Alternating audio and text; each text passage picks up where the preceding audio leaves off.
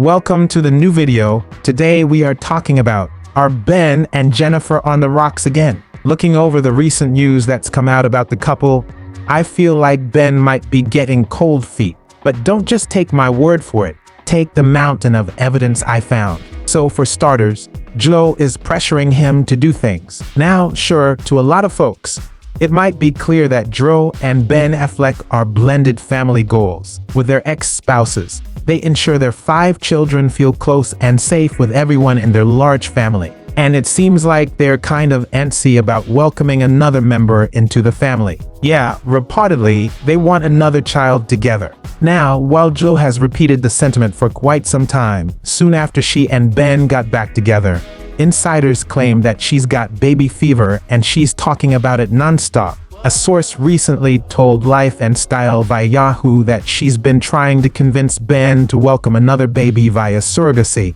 and recently she finally got him to cave in. Apparently, according to her source, she nagged him until he went along with it. Ben was completely happy with the blended family they already have, but he loves kids. That's why he agreed to having another. At the end of the day, he wants Jennifer to be happy. That doesn't sound like a healthy situation. A baby isn't just an accessory.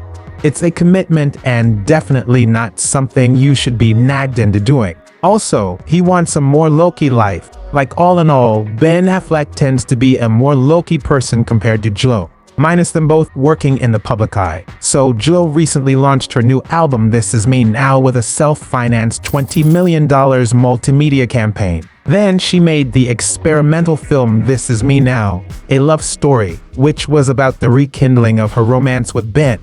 And then there was the Amazon Prime documentary The Greatest Love Story Never Told About. Yeah, the making of the record and the film. So when Ben pops up in the documentary, it's often to express concern that his private love story is becoming used for something he didn't particularly want. This entire thing is actually named after a scrapbook that he gifted Jennifer for Christmas in 2021, stacked with every letter and email they'd written to each other over the last 20 years, which is something that should probably be private. Jennifer showed the book to her producers and songwriters on the first day of making her new album, without asking or telling Ben. She's like, it kind of became like our Bible. We just left it there in the studio.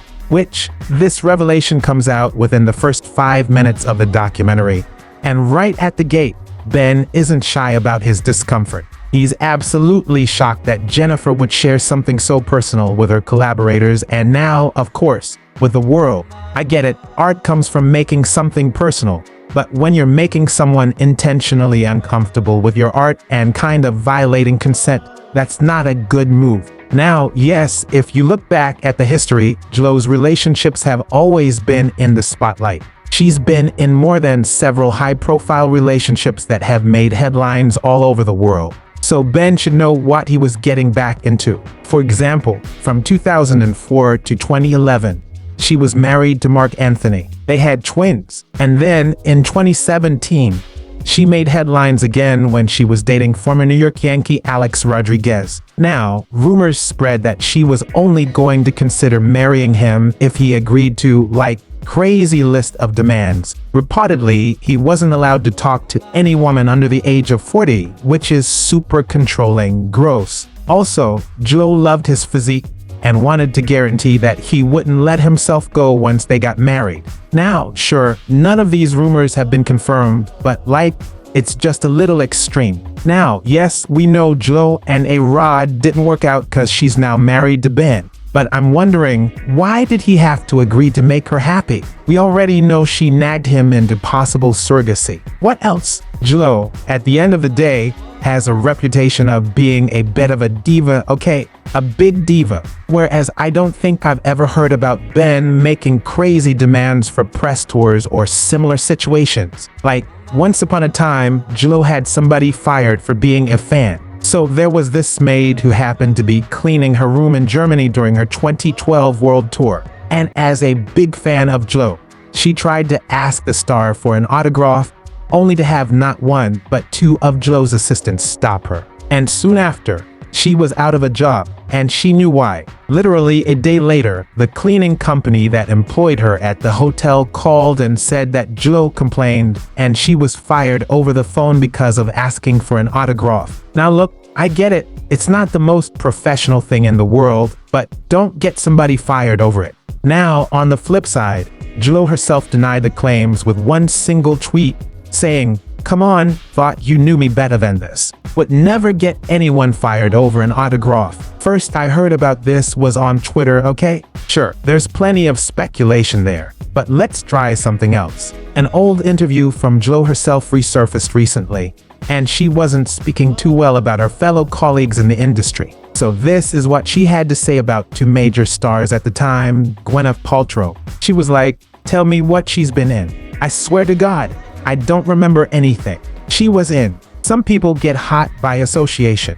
I heard more about her and Brad Pitt than I ever heard about her work. She also had stuff to say about Madonna. Do I think she's a great performer? Yeah. Do I think she's a great actress? No. Acting is what I do, so I'm harder on people when they say, "Oh, I can do that. I can act." And I'm like, hey, don't spit on my craft. The funny thing is that this is what Jennifer said after only having like Selena and Anaconda under her belt for her career. So that's kind of embarrassing, and I'm glad people are calling her out for this behavior. Now, if we want to talk more about like close circle stuff, according to several of Joe's former staff members, she earned herself the nickname Paylow because she paid her staff around 50% less than they could make elsewhere. Now, this rumor has been going on for years. Let's go way back to like 2003. So yes, you guessed it, back when she was first with Ben Affleck. They were spotted in Vegas together. They had a big win and then decided to drop a. If you liked the video, so thumbs up and subscribe us for more videos.